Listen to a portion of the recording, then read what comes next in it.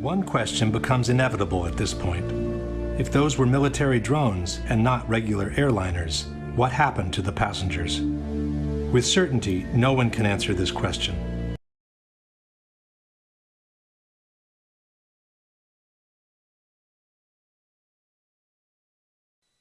Flight 11, American Airlines, on seat number 24 were your fuel tanks. Or, I never thought I would ever find Candace. Or any part of her closure. In June 1st, her wallet was found in the Deutsche Bank, 16 acres away from the North Tower, 1 block away.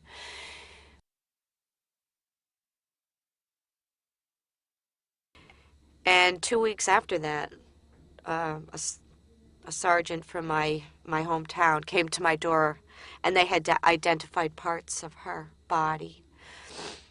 They have 16 trailers full of body parts at the coroner's office, and they did identify Candace.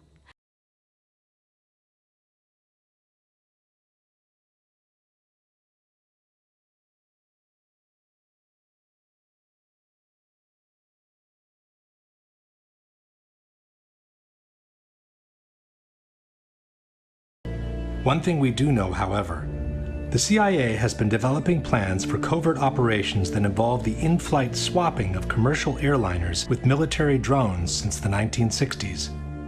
One such plan was called Operation Northwoods, and it detailed how to replace a civil airliner with a military drone in midair, unbeknownst to the air traffic controllers.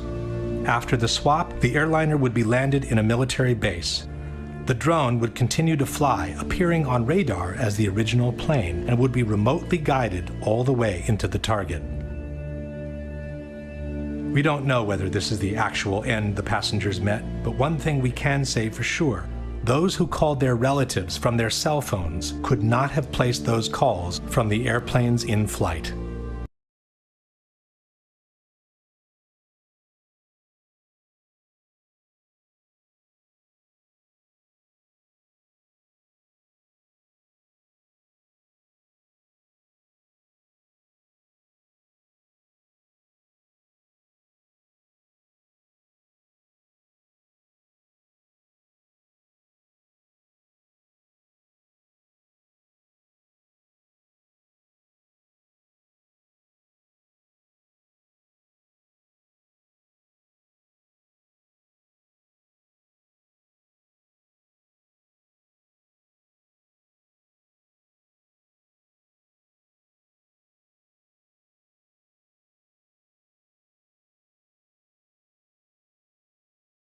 And tonight we're getting reports of cell phone calls from at least 3 of those 4 flights. On the second flight that came out of Boston, that was the second flight of the day, and also went into one of the Twin Towers of the World Trade Center, there was a businessman who got off 2 cell phone calls to his father. CNN commentator Barbara Olson, wife of U.S. Solicitor General Ted Olson. She reportedly called her husband twice on a mobile phone to tell him her plane was being hijacked. The problem is that in 2001, it was practically impossible to make a call with a cell phone from an airplane at cruising altitudes. The whole idea behind cellular phones is that they use low power transmitters, both to keep the cost of the units down and to preserve battery life. It is up to the receiving towers on the ground to pick up and boost their signal before they route it through the system.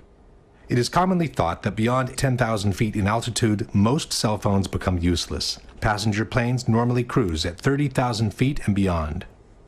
The editors of Popular Mechanics, however, maintain that cell phones do work from cruising airplanes, even at maximum altitudes. David Dunbar. With regard to the cell phones, we did what any reporter would do. We talked to experts in the field, and in fact, cell phones do work at that altitude, up to 35,000 feet and higher.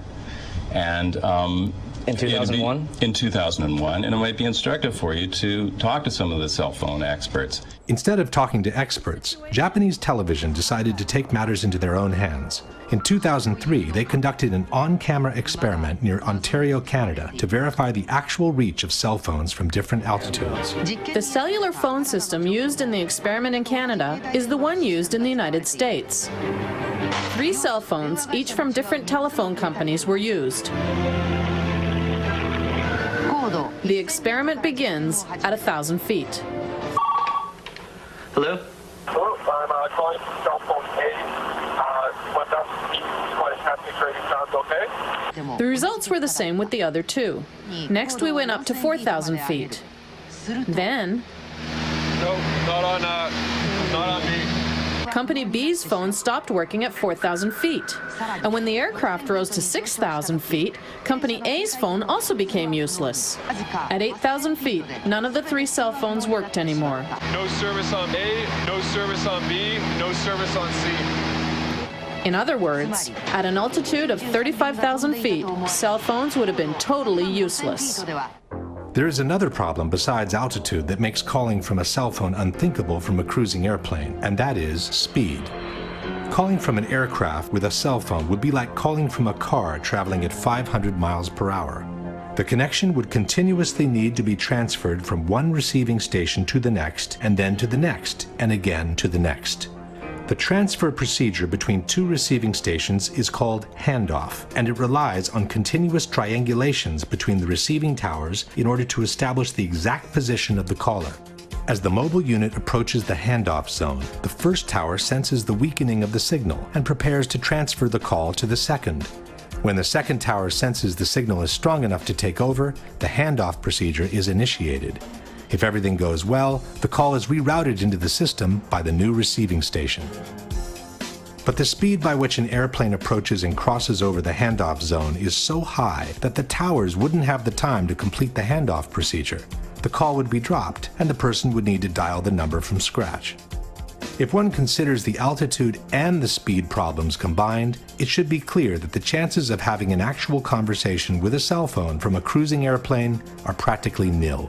Even after 2001, both altitude and speed problems remain. In 2005, the Washington Post wrote, "Most cell phones can't reach a station from beyond 10,000 feet. Another technical hurdle is to find a way that cell phone calls would be handed off from one cell tower to another on the ground when an aircraft is traveling at 500 miles an hour."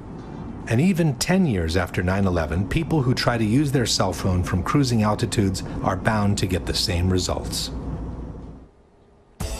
Once it became clear that the passengers could not have placed their calls from the cell phones on the airplanes, the official narrative on this issue became more and more ambiguous and non-committal. Theodore Olson, who had initially told the press he had received 2 cell phone calls from his wife Barbara, changed his story to calls made from an airphone.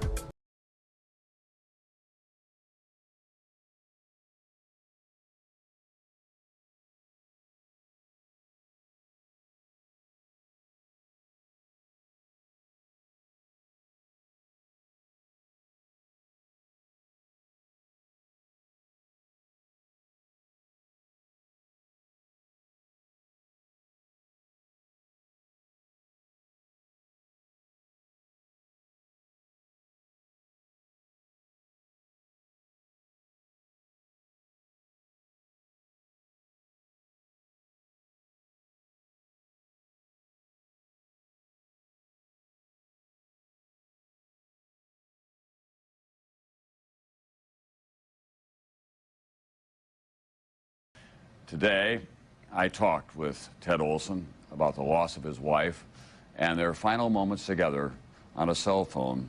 She was in the hijacked airliner. To do. Did she describe the hijackers to you? She mentioned to me that they had herded the passengers in the back, that they had used knives and box cutters to take over the plane.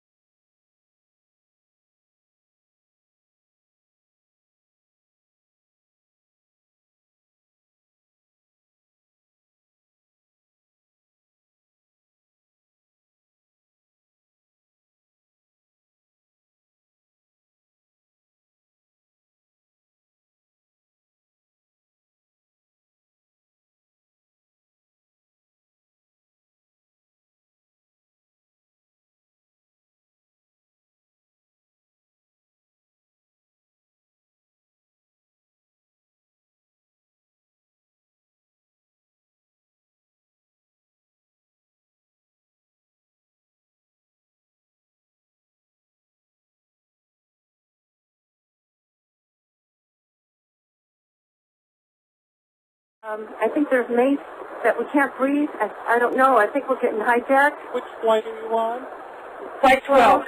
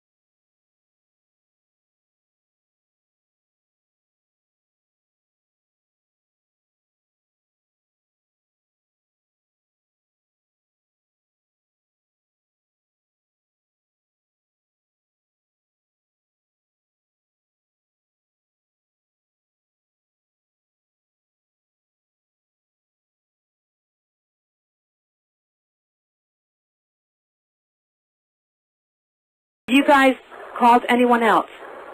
No. Somebody's calling medical, and we can't get a doctor.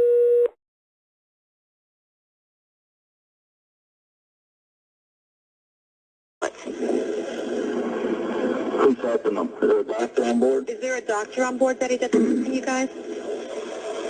You don't have any doctors on board? Okay.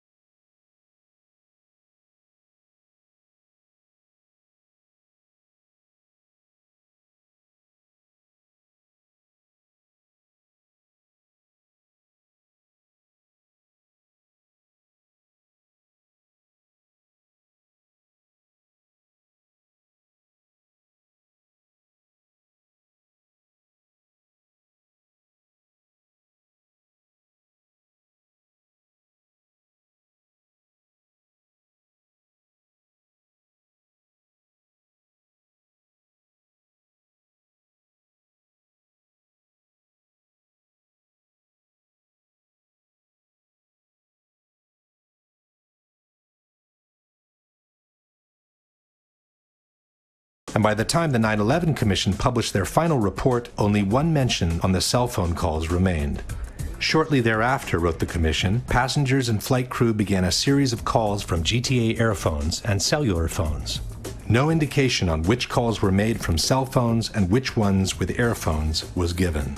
The authorities from the Moussaoui trial also avoided being too specific on the origin of the calls. Within the official documentation, they released this flash animation, which contains all the basic information on the 4 hijacked airplanes. By clicking on any of the flights, one can view the passengers list. By clicking on the telephone icon at the bottom, the passengers who have made phone calls are highlighted. And by clicking on any of the passengers' names, the list of the calls they have made is displayed. Each of the calls lists the exact time it was placed, the duration, the initial part of the number dialed, and the name of the person receiving the call. But the number from which the phone call was placed is missing. The only information available is the location on the plane the calls were presumably made from, row 30 in this case. It's as if the authorities were trying to suggest that the calls were made from airphones without having to put it down on paper.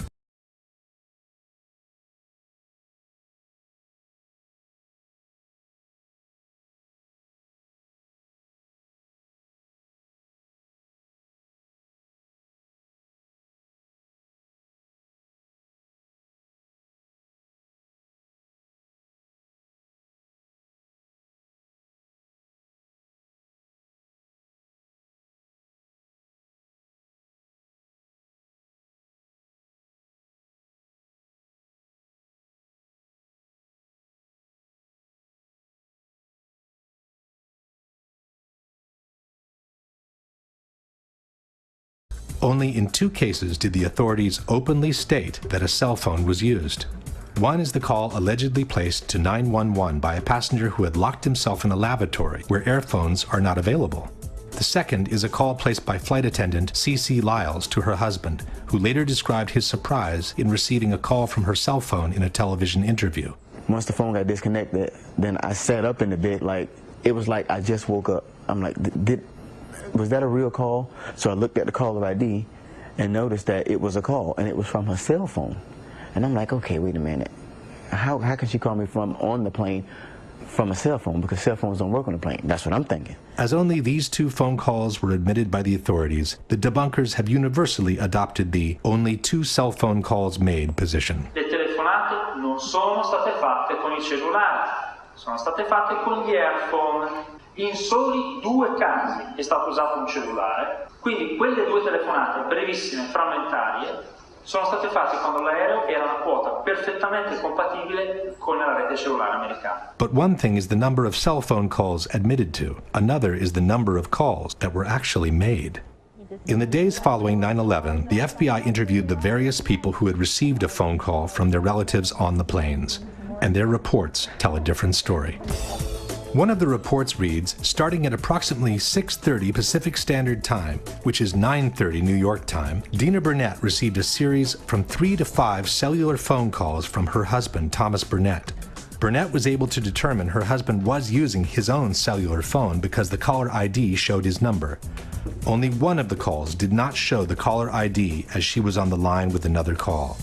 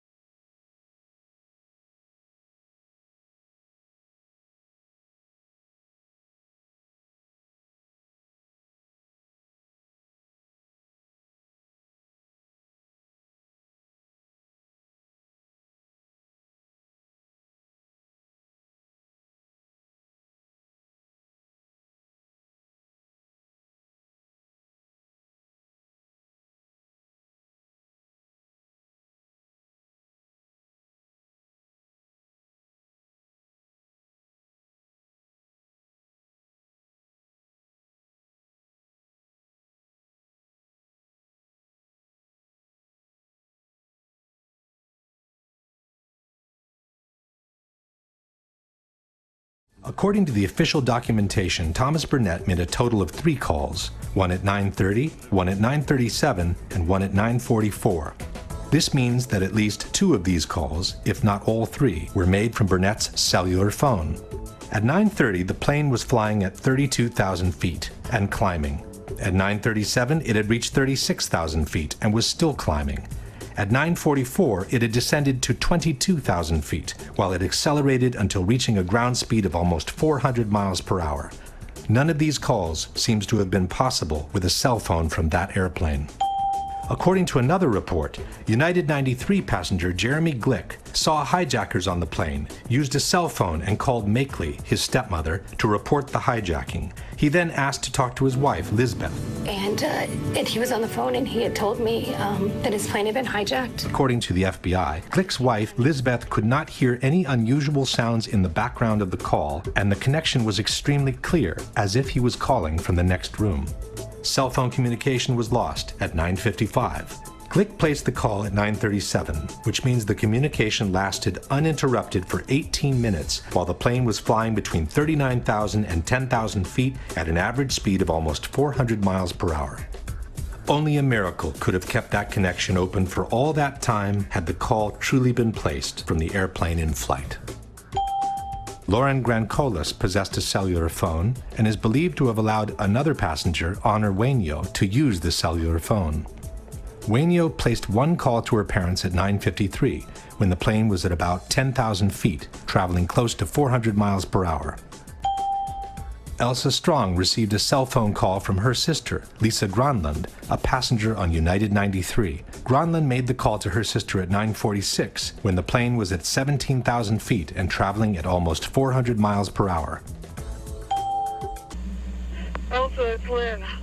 I only have a minute. I'm on United 93, and it's been hijacked by terrorists who say they have a bomb. Apparently they have flown a couple of planes into the World Trade Center already, and it looks like they're going to take this one down as well. Mostly, I just wanted to say I love you, and I'm going to miss you. and please keep my love to my dad. And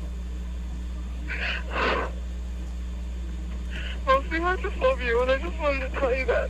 I don't know if I'm going to get a chance to tell you that again or not. All my stuff is in the safe. The safe is in my closet in my bedroom.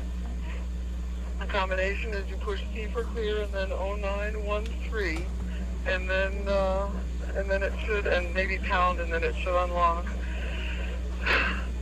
I love you, and I hope I can talk to you soon. Bye. Marion Britton was also a passenger on United 93. Britton's live-in boyfriend received a cellular phone call from Britton during the hijacking. Britton told Fiumano, her boyfriend, that she had borrowed a cell phone from another passenger. Britton's call to Fiumano took place at 9:49, when United 93 was flying beyond 13,000 feet at a speed of 420 miles per hour. Peter Hanson, a passenger on United 175, contacted his mother on cell phone and said the flight had been hijacked. Peter's father, Lee, said that he resisted the temptation to call his son back because he didn't want to place him in more danger by having his cell phone ring on the plane. Peter Hanson called his parents twice, at 8:52 and at 9 a.m. At 8:52, the plane was at 30,000 feet and it was climbing. At 9 o'clock, it was flying at over 18,000 feet in altitude, while it accelerated towards the record-breaking speed of almost 600 miles per hour near sea level. Brian Sweeney was also a passenger on United 175. After learning of the attacks, wrote the FBI, his wife Julie Sweeney returned home to find that her husband had left a message made from his cell phone aboard the plane on their answering machine. Sweeney made the call at 8:58 in between the 2 Hanson calls, when the plane was still at 25,000 feet in altitude.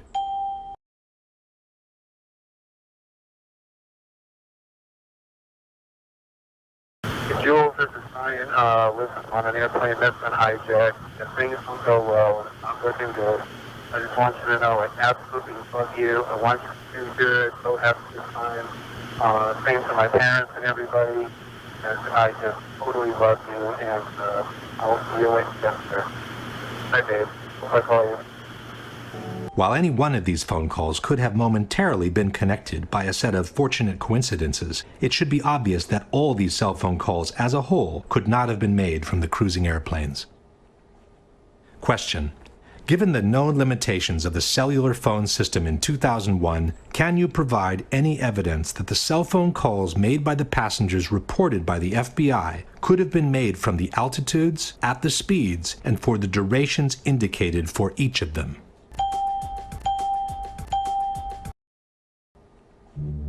We do know, however, that the calls were made, as no one has ever doubted that the relatives actually received them. This opens the way to a disturbing possibility that the passengers were forced to call their relatives under duress. In support of this hypothesis, we also have the dramatic message left by flight attendant CeeCee Lyles in her husband's answering machine before briefly talking to him on her cell phone. As she herself is suggesting, we should listen very carefully. Tuesday, 9:47 a.m. Hi, baby. Baby, you have to listen to me carefully. I'm on a plane that's been hijacked. I'm on the plane. I'm calling from the plane. I want to tell you I love you. Please tell my children that. We too can notice the absence of the typical background noise heard inside a plane. I don't know what to say. There's 3 guys. They've hijacked the plane. I'm trying to be calm. After saying goodbye, she seems to fumble with the headset while she whispers a few more words into the mouthpiece. I hope to be able to see your face again, baby. I love you. Bye. End of message.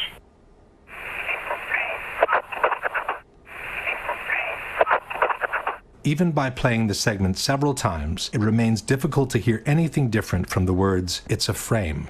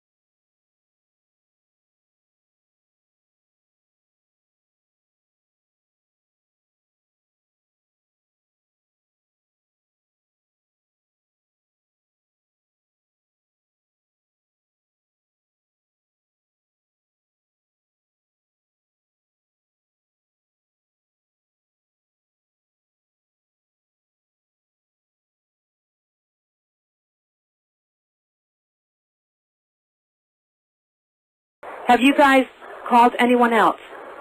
No. Somebody's calling medical, and we can't get a stop.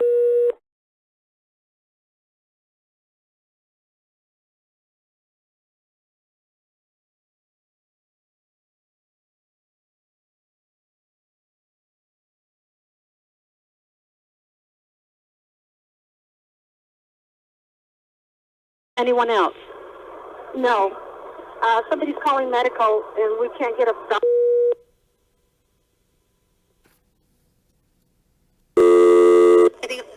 American Airlines emergency line, please state your emergency.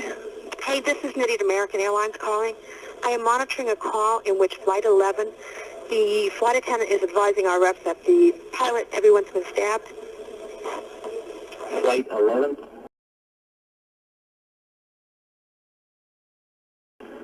Have they taken everyone out of first class? Yeah, she's just saying that they have. They're in coach. What's going on, honey? Okay, the aircraft is erratic again. Bobbing very erratically. She did say that all the first class passengers have been moved back to coach. So first class, the cabin is empty. What's going on your end, Peg? We contacted air traffic control. They are going to handle this as a confirmed hijacking. So they're moving all the traffic out of this aircraft's way. Okay. He turned his transponder off, so we don't have...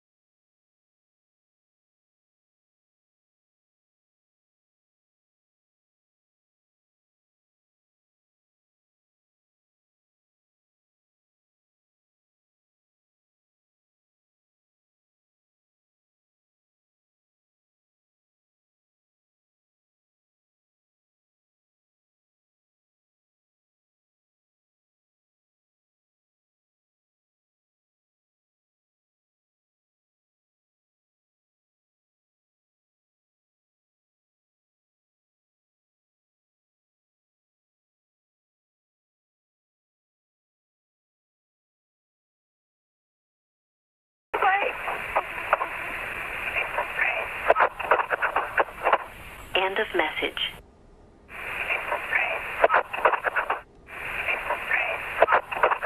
Even by playing the segment several times, it remains difficult to hear anything different from the words, "It's a frame."